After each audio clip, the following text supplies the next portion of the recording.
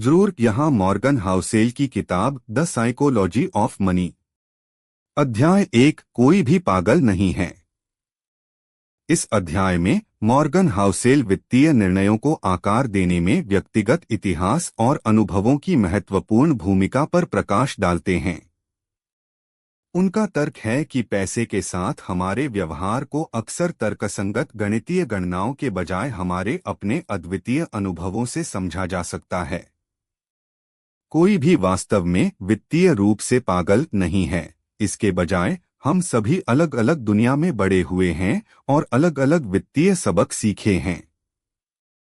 लेखक 2008 के वित्तीय संकट का उदाहरण देते हैं। जबकि कुछ लोगों ने इसे एक स्पष्ट आर्थिक पतन के रूप में देखा, जिन्होंने 1970 के दशक की मुद्रास्फीति को अनुभव किया था, उन्होंने इसे एक अलग संदर्भ में देखा होगा। उनके शुरुआती अनुभव उनके वित्तीय दृष्टिकोण और संकट पर उनकी प्रतिक्रियाओं को आकार देंगे। हाउसेल जोर देते हैं कि हर कोई पैसे को अलग तरह से देखता है क्योंकि उनके पास अलग अलग अनुभव हैं। एक व्यक्ति जिसने गरीबी देखी है, वह जोखिम के प्रति बहुत अधिक सतर्क दृष्टिकोण विकसित कर सकता है, जबकि जिसने वित्तीय स्थिरता में वृद्धि की है, वह अधिक जोखिम लेने के लिए तैयार हो सकता है। इसलिए जब हम किसी के वित्तीय निर्णयों का न्याय करते हैं, तो उनके व्यक्तिगत इतिहास और दुनिया के उनके दृष्टिकोण को समझना महत्वपूर्ण है। अध्याय यह भी बताता है कि कैसे भाग्य और जोखिम वित्तीय परिणामों में महत्वपूर्ण भूमिका निभाते हैं। जबकि कड़ी मेहनत और कौशल आवश्यक हैं, अप्रत्याशित घटनाएं महत्वपूर्ण सफलता या विफलता का कारण बन सकती हैं।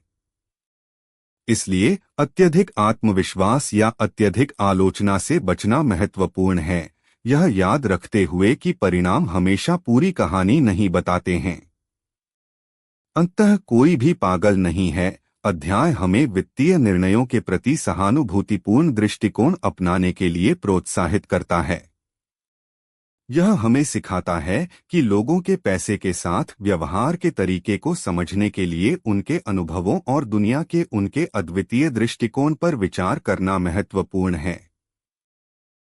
यह अध्याय इस पुस्तक के लिए आधार तैयार करता है कि वित्तीय सफलता केवल ज्ञान और गणनाओं के बारे में नहीं है, बल्कि मानवीय मनोविज्ञान और हमारे व्यक्तिगत इतिहास की जटिलताओं को समझने के बारे में भी है। जरूर यहाँ मॉर्गन हाउसेल की किताब the psychology of money Hindi सारांश दिया गया है। अध्याय 2, भाग्य और जोखिम। इस अध्याय में मॉर्गन हाउसेल वित्तीय सफलता में भाग्य और जोखिम की अविश्वसनीय भूमिका पर गहराई से विचार करते हैं। उनका तर्क है कि परिणामों का विश्लेषण करते समय इन दो अदृश्य शक्तियों को समझना महत्वपूर्ण है, क्योंकि अक्सर हम कौशल और इरादे को बहुत अधिक महत्व देते हैं और अप्रत्याशित घटनाओं के प्रभाव को कम आंकते हैं। हाउसेल बिल गेट्स के शुरुआती जीवन का एक आकर्षक उदाहरण देते हैं। गेट्स की अभूतपूर्व सफलता को अक्सर उनकी बुद्धिमत्ता, कड़ी मेहनत और दूरदर्शिता के लिए जिम्मेदार ठहराया जाता है। हालांकि लेखक इस बात पर जोर देते हैं कि गेट्स का लेकसाइड स्कूल में होना, जहां उन्हें 1968 में एक दुर्लभ कंप्यूटर तक पहुंच मिली, एक महत्वपूर्ण भाग्यशाली घटना थी जिसने उनके करियर की दिशा बदल दी। उस समय दुनिया में बहुत कम छात्रों को कंप्यूटर तक इतनी जल्दी पहुंच मिली थी।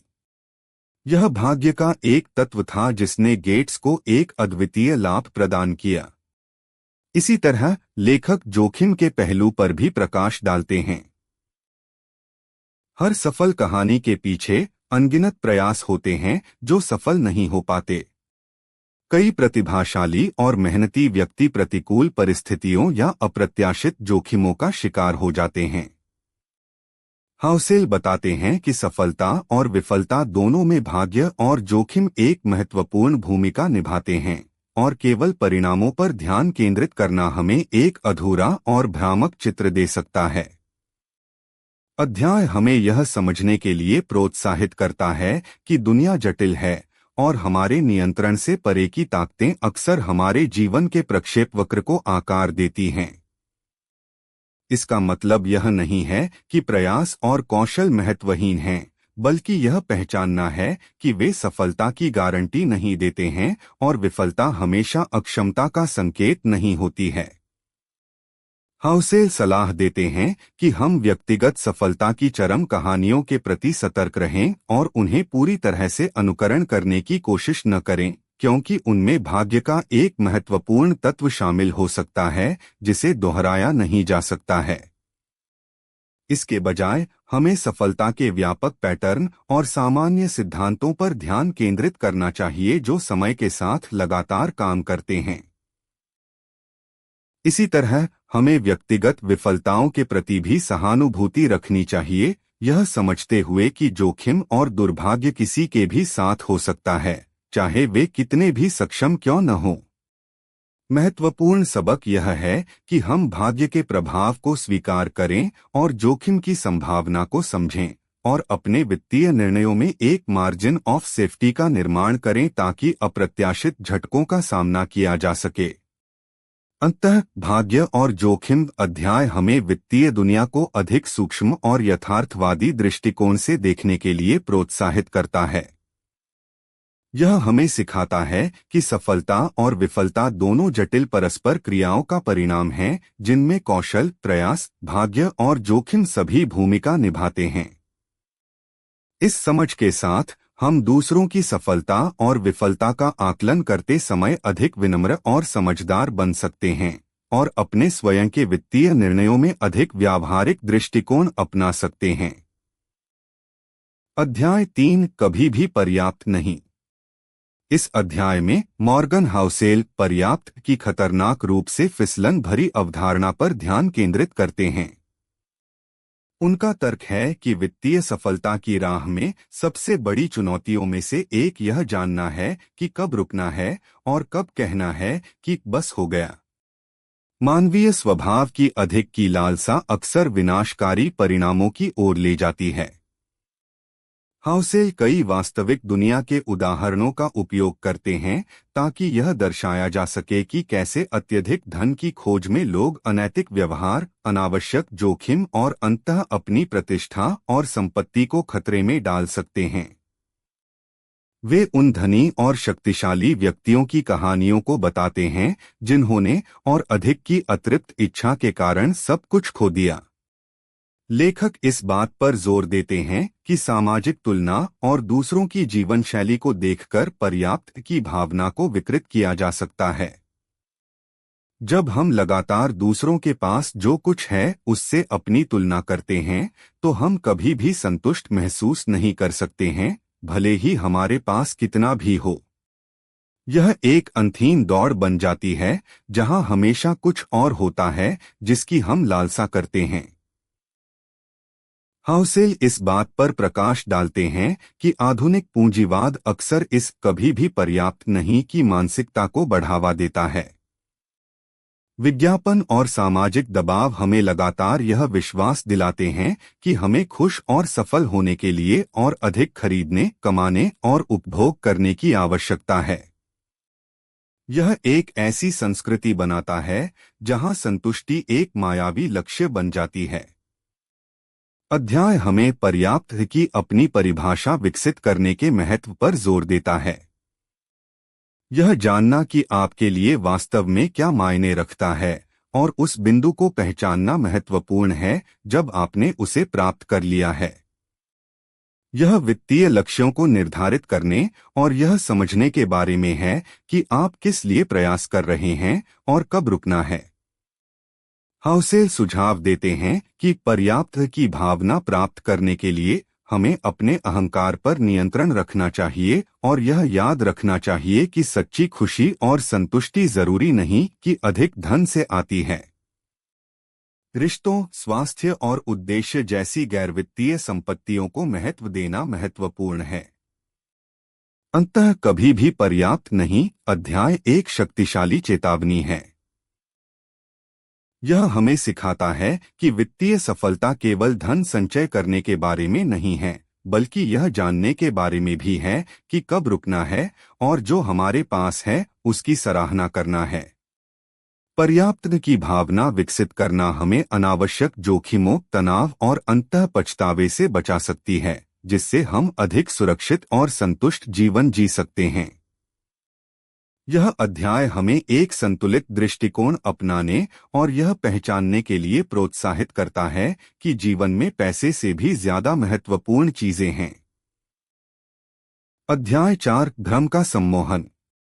इस अध्याय में मॉर्गन हाउसेल हमें वित्तीय पूर्वानुमान और लंबी अवधि की भविष्यवाणियों के आसपास मौजूद अंतर्निहित भ्रमों के बारे में बताते हैं। उनका तर्क है कि भविष्य अप्रत्याशित है और हमारी प्रवृत्ति इसे रैखिक और पूर्वानुमेय मानने की अक्सर हमें महंगी गलतियों की ओर ले जाती है। हम अक्सर अतीत के रुझानों को भविष्य में जारी रहने की गलती करते हैं, जिससे हम अप्रत्याशित घटनाओं के लिए अंधे हो जाते हैं। हाउसेल प्रौद्योगिकी के विकास का एक शक्तिशाली उदाहरण देते हैं। पिछली शताब्दियों में हुए सबसे महत्वपूर्ण तकनीकी बदलावों की भविष्यवाणी करना उस समय के लोगों के लिए कितना मुश्किल रहा होगा। भाप इंजन, बिजली, कंप्यूटर और इंटरनेट जैसी अभूतपूर्व नवाचारों ने दुनिया को ऐसे तरीकों से बदल दिया जिनकी शायद ही किसी ने कल्पना की होगी। वित्तीय पूर्वानुमान अक्सर इसी तरह की रचनात्मक विनाशकारी ताकतों को पकड़ने में विफल रहते हैं। लेखक इस बात पर जोर देते हैं कि हम भविष्य के बारे में निश्चितता की तलाश करने के लिए स्वाभाविक रूप से वायर्ड हैं। यह अनिश्चितता की हमारी नापसंदगी और नियंत्रण की भावना बनाए रखने की हमारी इच्छा से उपजा है।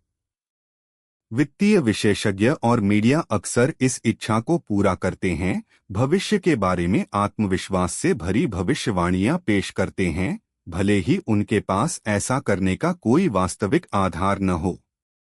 हाउसेल बताते हैं कि लंबी अवधि के वित्तीय पूर्वानुमान विशेष रूप से त्रुटिपूर्ण होते हैं क्योंकि समय के साथ चर की संख्या और जटिलता तेजी से बढ़ती है। भूराजनीतिक घटनाएं, तकनीकी सफलताएं, सामाजिक बदलाव और अप्रत्याशित संकट सभी वित्तीय बाजारों को अप्रत्याशित तरीकों से प्रभावित कर सकते हैं। अध्याय हमें यह स्वीकार करने के लिए प्रोत्साहित करता है कि भविष्य अनिवार्य रूप से अनिश्चित है। इसका मतलब यह नहीं है कि हमें योजना बनाना छोड़ देना चाहिए, बल्कि यह है कि हमें अपनी योजनाओं में नम्रता और मार्जिन ऑफ सेफ्टी का निर्माण करना चाहिए।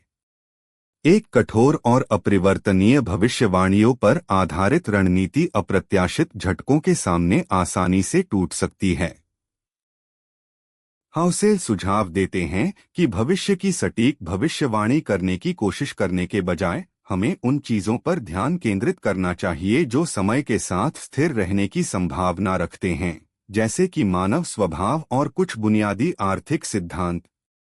हमें ऐसे वित्तीय ढांचे का निर्माण करना चाहिए जो विभिन्न संभावित भविष्यवाणियों का सामना कर सके।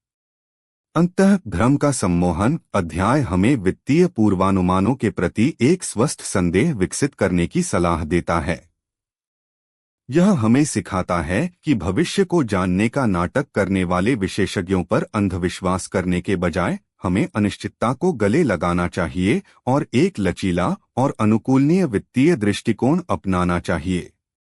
यह अध्याय हमें विनम्र रहने और यह समझने के लिए प्रोत्साहित करता है कि सबसे अच्छी योजनाएं भी अप्रत्याशित के लिए तैयार होनी चाहिए। अध्याय 5, अमीर बनना बनाम अमीर रहना। इस अध्याय में मॉर्गन हाउसेल अमीर बनने और अमीर बने रहने के बीच एक महत्वपूर्ण अंतर बताते हैं।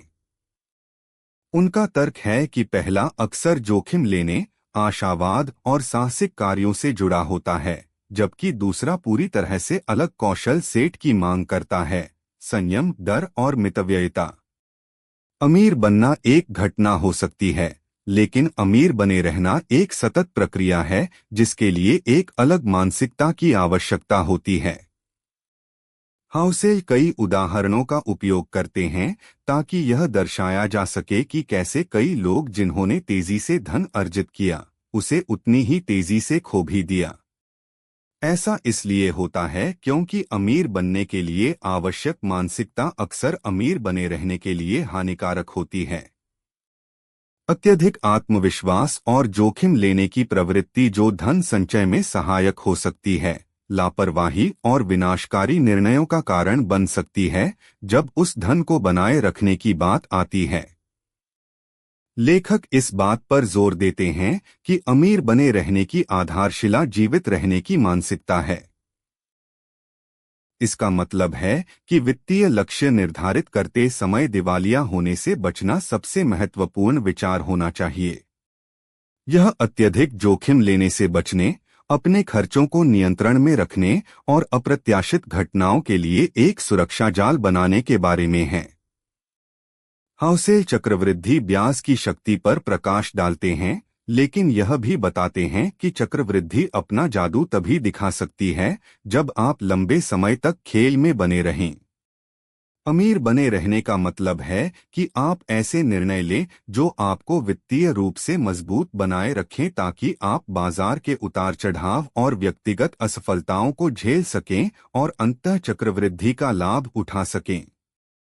अध्याय हमें यह सिखाता है कि अमीर बने रहने के लिए अहंकार पर नियंत्रण रखना और यह मानना महत्वपूर्ण है कि अतीत की सफलता भविष्य की सफलता की गारंटी नहीं है। दुनिया अप्रत्याशित है और वित्तीय बाजारों में तेजी के बाद मंदी आ सकती है। इसलिए विनम्रता और सतर्कता आवश्यक गुण हैं। हाउसेल सुझाव देते हैं कि अमीर बने रहने के लिए बचत की आदत विकसित करना महत्वपूर्ण है, भले ही आपकी आय कितनी भी हो। यह आय का एक हिस्सा अलग रखने और उसे बुद्धिमानी से निवेश करने के बारे में है। मितव्ययिता को त्याग या अभाव के रूप में नहीं देखा जाना चाहिए, बल्कि वित्तीय स्वतंत्रता और सुरक्षा प्राप्त करने के एक साधन के रूप में देखा जाना चाहिए। अंततः अमीर बनना बनाम अमीर रहना अध्याय एक महत्वपूर्ण सबक प्रदान करता है। यह हमें सिखाता है कि धन संचय करना सिर्फ आधा युद्ध है। असली चुनौती उस धन को बनाए रखना और उसे समय के साथ बढ़ने देना है। इसके लिए एक अलग मानसिकता, जोखिम प्रबंधन, संयम और जीवित रहने की इच्छा की आवश्यकता होती है। यह अध्याय हमें दीर्घकालिक वित्तीय सफलता के लिए एक टिकाऊ और सतर्क दृष्टिकोण अपनाने के लिए प्रोत्साहित करता है। अध्याय 6 पूछें चलाना। इस अध्याय में मॉर्गन हाउसेल वित्तीय दुनिया में पूंछ घटनाओं या अत्यधिक दुर्लभ घटनाओं के महत्वपूर्ण प्रभाव पर प्रकाश डालते हैं। उनका तर्क है कि हमारी वित्तीय सफलता का एक बड़ा हिस्सा कुछ महत्वपूर्ण विजेताओं से आता है, जबकि कई अन्य प्रयास मामूली या असफल हो सकते हैं। महत्वपूर्ण यह है कि उन बड़े विजेताओं को पनपने दिया जाए।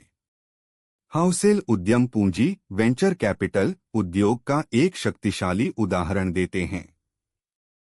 इस क्षेत्र में सफलता की दर अपेक्षाकृत कम होती है। अधिकांश स्टार्टअप विफल हो जाते हैं, लेकिन कुछ असाधारण रूप से सफल होते हैं और इतना मूल्य उत्पन्न करते हैं कि वे सभी विफलताओं की भरपाई कर देते हैं और महत्वपूर्ण लाभ कमाते हैं। कुछ मुट्ठी भर निवेश पूरे पोर्टफोलियो के रिटर्न को चलाते हैं। लेखक इस सिद्धांत को व्यक्तिगत निवेश पर लागू करते हैं। उनका सुझाव है कि एक सफल निवेश पोर्टफोलियो के लिए हर निवेश का शानदार प्रदर्शन करना आवश्यक नहीं है। वास्तव में कुछ निवेश विफल हो सकते हैं, लेकिन यदि आपके पास कुछ ऐसे विजेता हैं जो असाधारण रूप से अच्छा प्रदर्शन करते हैं, तो वे समग्र रिटर्न को महत्वपूर्ण रूप से बढ़ा सकते हैं। हाउसेल इस बात पर जोर देते हैं कि हमारी स्वाभाविक प्रवृत्ति हर चीज में सफलता की तलाश करना है। हम एक ऐसी दुनिया में रहने के लिए वातानुकूलित हैं जहां त्रुटियों को कम किया जाता है। लेकिन निवेश में गलतियां अपरिहार्य हैं और कुछ विफलताएं सफलता की राह का हिस्सा हो सकती हैं। महत्वपूर्ण यह है कि उन बड़ी सफलताओं को पकड़ना और उन्हें बढ़ने देना है। अध्याय हमें यह सिखाता है कि लंबी अवधि के निवेश में धैर्य और दृढ़ता महत्वपूर्ण हैं। असाधारण रिटर्न अक्सर समय के साथ आते हैं, और यदि हम बहुत जल्दी हार मान लेते हैं या अपने विजेताओं को बहुत जल्द बेच देते हैं, तो हम उन महत्वपूर्ण लाभों को खो सकते हैं जो हमारे समग्र पोर्टफोलियो के प्रदर्शन को चलाते हैं। हाउसेल सुझाव देते हैं कि हमें एक विविध पोर्टफोलियो बनाने पर ध्यान केंद्रित करना चाहिए जो हमें कई अलग अलग अवसरों तक पहुंचने की अनुमति देता है। इससे हमारे कुछ निवेशों के विफल होने की संभावना कम हो जाती है, जबकि हमें उन संभावित पूंछ घटनाओं को पकड़ने का अवसर मिलता है जो महत्वपूर्ण रिटर्न उत्पन्न कर सकती हैं। अंततः पूंछें चलाना अध्याय हमें निवेश के बारे में एक अलग दृष्टिकोण अपनाने के लिए प्रोत्साहित करता है। यह हमें सिखाता है कि हर निवेश को जीतने की जरूरत नहीं है। महत्वपूर्ण यह है कि हम अपने विजेताओं को पहचानें और उन्हें बढ़ने दें, जबकि हम अपनी गलतियों से सीखते हैं। यह अध्याय हमें लंबी अवधि के धैर्य और एक ऐसे मानसिकता को विकसित करने के महत्व पर जोर देता है जो हमें उन असाधारण अवसरों का लाभ उठाने की अनुमति देता है जो समय समय पर सामने आते हैं। अध्याय 7 आजादी का कमरा। इस अध्याय में मॉर्गन हाउसेल वित्तीय स्वतंत्रता के वास्तविक मूल्य पर प्रकाश डालते हैं, जिसे वह आजादी का कमरा कहते हैं।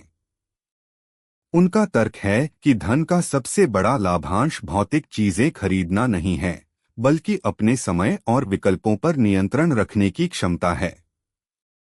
वित्तीय स्वतंत्रता हमें वह करने की शक्ति देती है जो हम चाहते हैं, जब हम चाहते हैं, जिनके साथ हम चाहते हैं, और जितने समय के लिए हम चाहते हैं। हाउसेल बताते हैं कि पारंपरिक रूप से धन को अक्सर विलासिता की वस्तुओं और भौतिक संपत्ति के संदर्भ में मापा जाता है। हालांकि वह सुझाव देते हैं कि इन चीजों से मिलने वाली खुशी अक्सर क्षणिक होती है। इसके विपरीत अपने समय को नियंत्रित करने की क्षमता एक स्थायी और गहरी खुशी प्रदान करती है। यह हमें उन गतिविधियों को प्राथमिकता देने की अनुमति देता है जो हमारे लिए वास्तव में महत्वपूर्ण हैं, चाहे वह परिवार के साथ समय बिताना हो, शौक पूरा करना हो या सार्थक काम करना हो। लेखक इस बात पर जोर देते हैं कि वित्तीय स्वतंत्रता का मतलब अरबपति बनना नहीं है। यह एक ऐसी स्थिति तक पहुंचने के बारे में है जहां आपके पास पर्याप्त बचत और निवेश है ताकि आपको उन नौकरियों को करने की आवश्यकता न हो जिन्हें आप नापसंद करते हैं, या उन लोगों के दबाव में काम करने की आवश्यकता न हो जिनके साथ आप काम करना पसंद नहीं करते हैं। यह आपको जीवन के महत्वपूर्ण पहलुओं पर अधिक नियंत्रण प्रदान करता है। हाउसेल उन लोगों के उदाहरण देते हैं जिन्होंने कम आय के साथ भी वित्तीय स्वतंत्रता हासिल की क्योंकि उन्होंने अपने खर्चों को प्रबंधित करने और बचत करने को प्राथमिकता दी। उन्होंने भौतिक इच्छाओं को कम करके अपने आजादी के कमरे को बढ़ाया। इसके विपरीत उच्च आय वाले कई लोग भी वित्तीय रूप से बंधे हुए महसूस कर सकते हैं यदि उनकी जीवनशैली उनकी आय के अनुरूप बढ़ती है, जिससे वे लगातार और अधिक कमाने के दबाव में रहते हैं। अध्याय हमें यह सिखाता है कि वित्तीय स्वतंत्रता एक व्यक्तिपरक लक्ष्य है। हर किसी के लिए पर्याप्त की मात्रा अलग अलग होगी। महत्वपूर्ण यह है कि यह पहचानना कि आपके लिए वास्तव में क्या मायने रखता है और उस स्तर की वित्तीय सुरक्षा के लिए प्रयास करना जो आपको अपने मूल्यों के अनुरूप जीवन जीने की अनुमति देता है। हाउसेल सुझाव देते हैं कि हमें अपनी बचत और निवेश को इस दृष्टिकोण से देखना चाहिए कि वे हमें भविष्य में अधिक विकल्प और स्वतंत्रता प्रदान कर रहे हैं, न कि केवल भौतिक संपत्ति जमा करने के साधन के रूप में। अंततः आजादी का कमरा अध्याय हमें धन के बारे में अपने दृष्टिकोण पर पुनर्विचार करने के लिए प्रोत्साहित करता है। यह हमें सिखाता है कि वित्तीय सफलता का अंतिम लक्ष्य केवल अमीर बनना नहीं है, बल्कि अपने जीवन पर अधिक नियंत्रण हासिल करना है। यह अध्याय हमें एक ऐसी वित्तीय योजना बनाने के महत्व पर जोर देता है जो हमें आजादी का कमरा प्रदान करे, जिससे हम एक अधिक संतुष्ट और उद्देश्यपूर्ण जीवन जी सकें। अध्याय 8 विरोधाभास का आदमी। इस अध्याय में मॉर्गन हाउसेल हमें वित्तीय दुनिया में मौजूद एक महत्वपूर्ण विरोधाभास के बारे में बताते हैं। हम भविष्य के बारे में आशावादी बने रहना चाहते हैं, लेकिन हमें अपने वित्तीय योजनाओं को लेकर निराशावादी रूप से तैयार रहना चाहिए। यह विरोधाभासी लग सकता है, लेकिन यह दीर्घकालिक वित्तीय सफलता की कुंजी है। हाउसेल बताते हैं कि आशावाद एक शक्तिशाली शक्ति है। यह हमें जोखिम लेने, नवाचार करने और भविष्य में विश्वास रखने के लिए प्रेरित करता है। आर्थिक विकास और व्यक्तिगत प्रगति अक्सर इस विश्वास पर आधारित होती है कि कल आज से बेहतर होगा। बिना आशावाद के हम शायद ही कोई महत्वपूर्ण कदम उठाएंगे। हालांकि जब हमारी व्यक्तिगत वित्तीय योजनाओं की बात आती है, तो हमें एक अलग मानसिकता अपनाने की आवश्यकता होती है। हमें अप्रत्याशित घटनाओं के लिए तैयार रहना चाहिए। नौकरी छूटना, बाजार में गिरावट, स्वास्थ्य संबंधी समस्याएं जो हमारी वित्तीय स्थिति को खतरे में डाल सकती हैं। निराशावादी योजना हमें इन संभावित झटकों से बचाने के लिए एक सुरक्षा जाल बनाने में मदद करती है। लेखक इस विरोधाभास को एक घर बनाने के उदाहरण से स्पष्ट करते हैं। जब आप एक घर बनाते हैं तो आप उम्मीद करते हैं कि यह कई वर्षों तक चलेगा, आशावाद। लेकिन आप यह भी सुनिश्चित करते हैं कि नींव मजबूत हो, छत टिकी रहे और आग लगने की स्थिति में बीमा हो, निराशावादी योजना। आप सबसे अच्छे की उम्मीद करते हैं, लेकिन सबसे बुरे के लिए तैयार रहते हैं। हाउसेल वित्तीय निवेश पर भी इसी सिद्धांत को लागू करते हैं। लंबी अवधि में शेयर बाजार में वृद्धि की उम्मीद करना तर्कसंगत है, आशावाद। लेकिन यह भी बुद्धिमान है कि बाजार में गिरावट के लिए तैयार रहें और ऐसी रणनीति बनाएं जो आपको उन कठिन समयों से गुजरने में मदद करे बिना घबराए अपने निवेश बेचने के।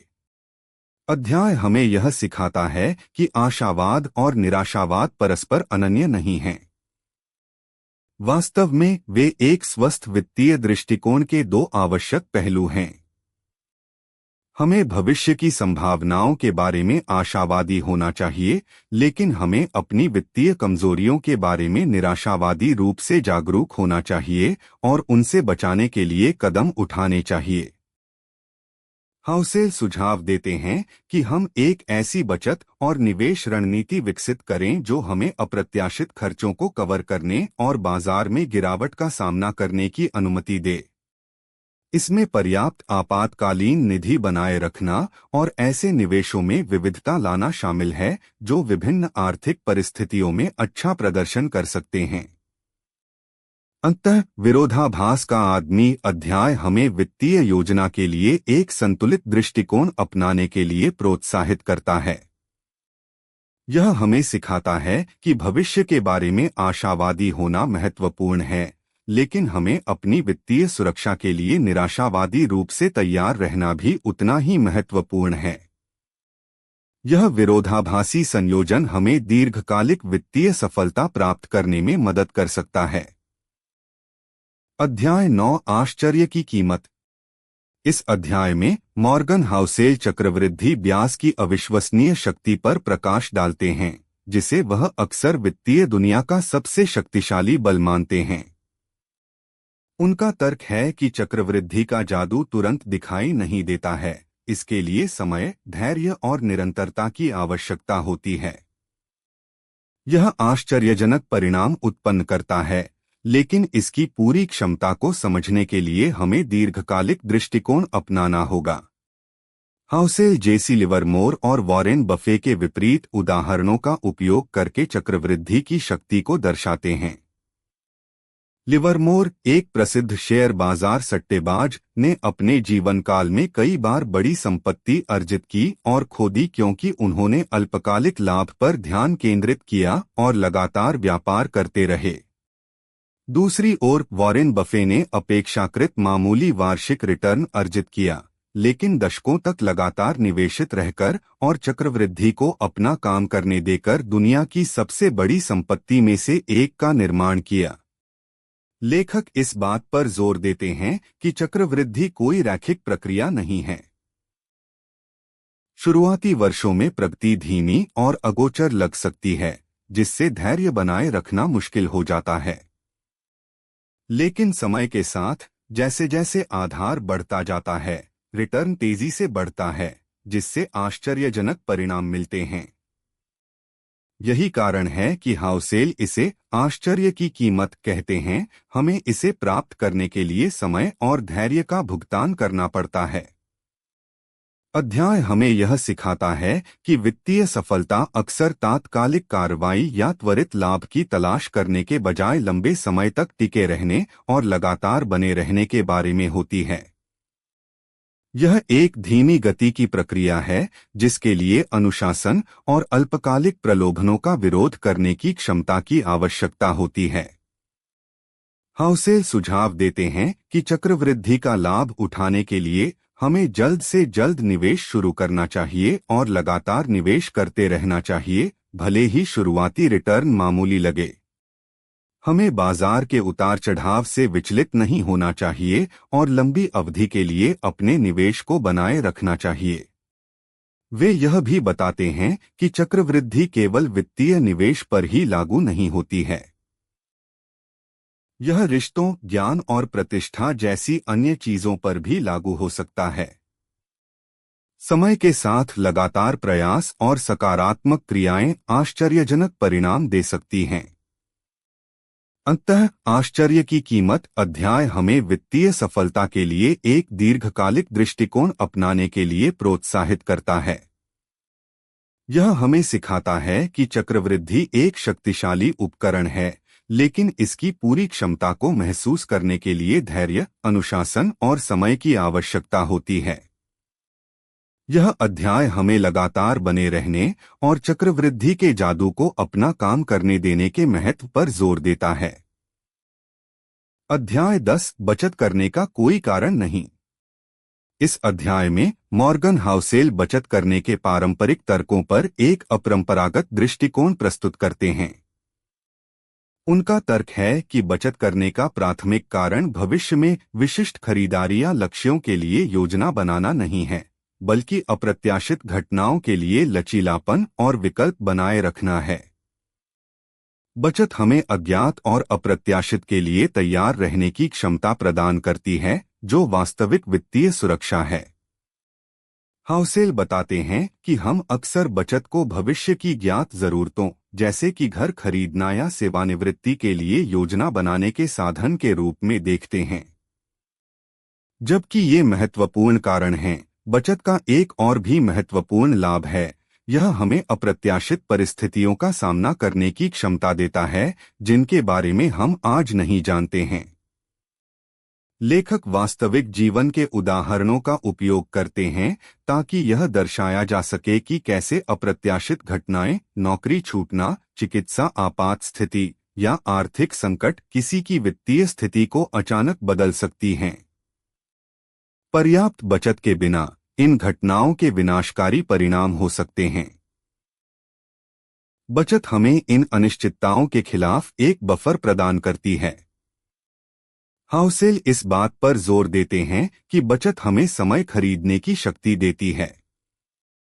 यदि हम अप्रत्याशित रूप से अपनी नौकरी खो देते हैं, तो बचत हमें तुरंत एक और दबाव वाली नौकरी लेने के बजाय अपनी शर्तों पर नई नौकरी खोजने का समय देती है। यह हमें बेहतर निर्णय लेने और वित्तीय रूप से समझौता करने से बचने की अनुमति देता है। अध्याय हमें यह सिखाता है कि बचत का मूल्य केवल जमा किए गए धन की मात्रा में नहीं है, बल्कि यह विकल्प और सुरक्षा की भावना प्रदान करता है। यह हमें अधिक नियंत्रण और मानसिक शांति देता है, यह जानकर कि हम वित्तीय झटकों का सामना करने के लिए बेहतर ढंग से तैयार हैं। हाउसेल सुझाव देते हैं कि हमें एक महत्वपूर्ण राशि बचाने का लक्ष्य रखना चाहिए, भले ही हमारे पास उस बचत का कोई विशिष्ट उपयोग तुरंत न हो। यह अज्ञात के लिए एक सुरक्षा जाल है। यह हमें भविष्य में आने वाले अवसरों का लाभ उठाने की क्षमता भी देता है, जिनकी हम आज कल्पना भी नहीं कर सकते हैं। वे यह भी बताते हैं कि बचत की क्षमता हमारी आय के स्तर से अधिक हमारी खर्च करने की आदतों से निर्धारित होती है। उच्च आय वाले भी यदि वे अपनी आय से अधिक खर्च करते हैं तो वे वित्तीय रूप से असुरक्षित हो सकते हैं, जबकि कम आय वाले भी यदि वे समझदारी से बचत करते हैं तो अधिक सुरक्षा प्राप्त कर सकते हैं। अंततः बचत करने का कोई कारण नहीं। अध्याय हमें बचत के बारे में एक नया दृष्टिकोण अपनाने के लिए प्रोत्साहित करता है। यह हमें सिखाता है कि बचत केवल भविष्य के ज्ञात लक्ष्यों के लिए योजना बनाना नहीं है, बल्कि अप्रत्याशित के लिए तैयार रहना और वित्तीय लचीलापन बनाए रखना है। यह अध्याय हमें एक मजबूत बचत आदत विकसित करने के महत्व पर जोर देता है, जो हमें भविष्य की अनिश्चितताओं से बचा सके।